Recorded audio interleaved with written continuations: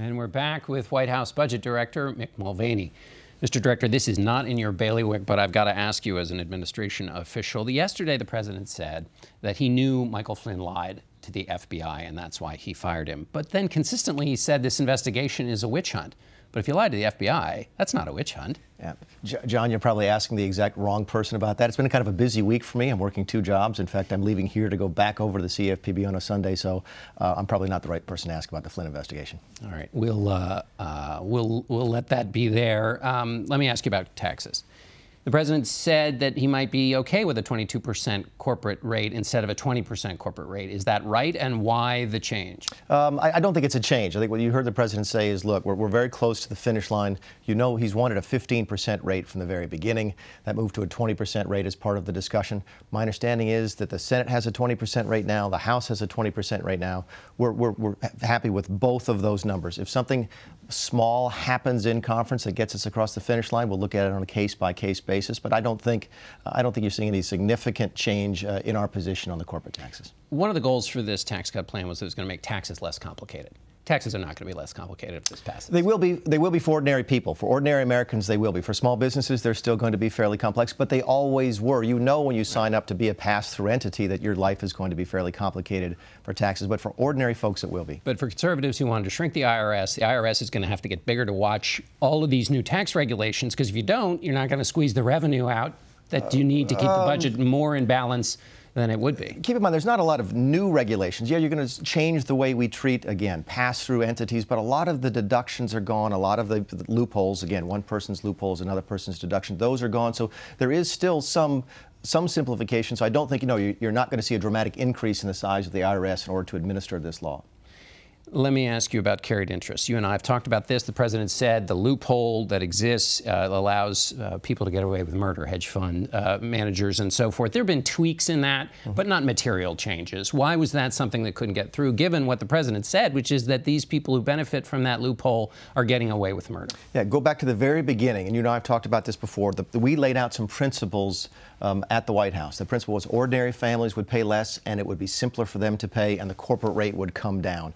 Within those guardrails, we sort of left it up to the House and the Senate, and the House and the Senate apparently, I think, have both settled on the same plan, which is that if you hold an asset longer than 3 years, you're going to get that carried interest treatment. The same in both bills, and I think that does discourage some of the abuse, the short-term churning and so forth. But there's not much short-term churning in the carried people who benefit from the carried interest. I think the average holding of the assets is well over 3 years. So it's not something that's going to get at what the president made a big deal about, both as candidate and as president. The treatment that benefits those people he said was getting away with murder that's going to continue. But again, go back to what our priorities were. Ordinary families, lower corporate tax rate. We got that. Yeah. What the House and the Senate sort of filled in the details, and that was up to them. We've talked about this before, but that priority, sticking with the priorities, but the middle class families are still, there's going to be about a quarter that might see their taxes go up, and in the Senate bill, those tax cuts expire. And just in watching this go through, there's been such focus on keeping that corporate rate steady at 20%, but there's been that flexibility on really being able to say what you started being able to say at the beginning of this, which is that everybody in the middle class will get a tax cut. I'm not sure where the quarter number comes from, but let's talk about the expiration. Who deduct, who don't take the standard deduction, who itemize, those are the ones who might see their taxes go up. Right, but keep in mind also we're doubling the size of the standard deduction, so the number of people who will otherwise itemize will go down dramatically. But anyway, come to this issue of this expiration.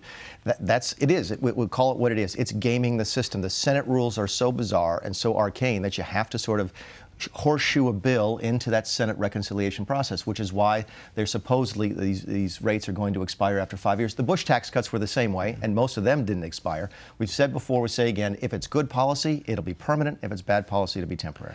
Gaming the system seems like a dangerous place to be when you're passing legislation. They did it for health care. Anytime you want to get something through the Senate on 50 votes, you have to sort of. I know, but do you want to repeat the mistakes of the other team that you were so unhappy about? Do you want to repeat those mistakes yourself when you're in charge? What I'd rather do is change the rules so that ordinary legislation can be considered on an ordinary basis, and you're not sitting there forcing policy into procedure. You shouldn't let procedure dictate what your policy is, which is exactly what you have to do because of these rules. Yeah, although people would say those procedures help keep the deficit problem going down. But let me ask you about the shutdown, which might be coming. Governments run out of money. Democrats wouldn't meet with the president. What's the status of things? Oh, you know, it's funny to see it now that the Republicans are in charge. I think there's a group of right-wingers in the House who say they want to shut the government down.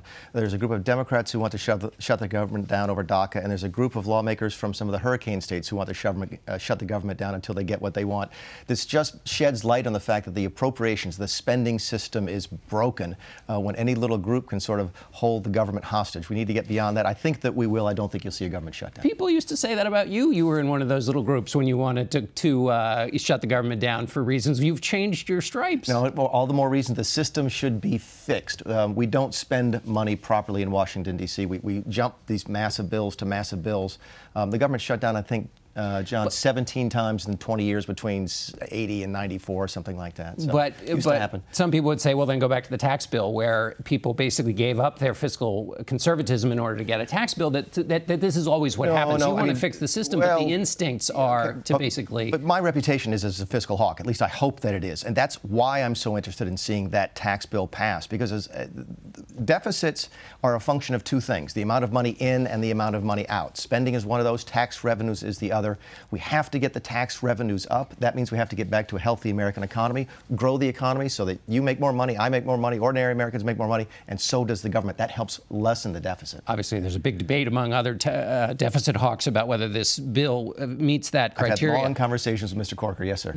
Well, more than him. But anyway, a good shutdown, the president once talked about, it would maybe be good to have a shutdown. Is that still his view? Well, that goes back, I remember when he said that in April, and that goes back to the system being broken. Congress doesn't spend money the way it's supposed to. It's supposed to pass, and I know this is getting deep down in the weeds, 12 different appropriations bills. They don't pass any. And we have these massive bills at the end of the year, and either it passes all at one time or it fails all at one time. And that's sort of managing by crisis to crisis, and it's not a good way to run the country. Our crisis is we're out of time. Mr. Director, thanks so much for being with us. And we'll be back in a moment with our panel.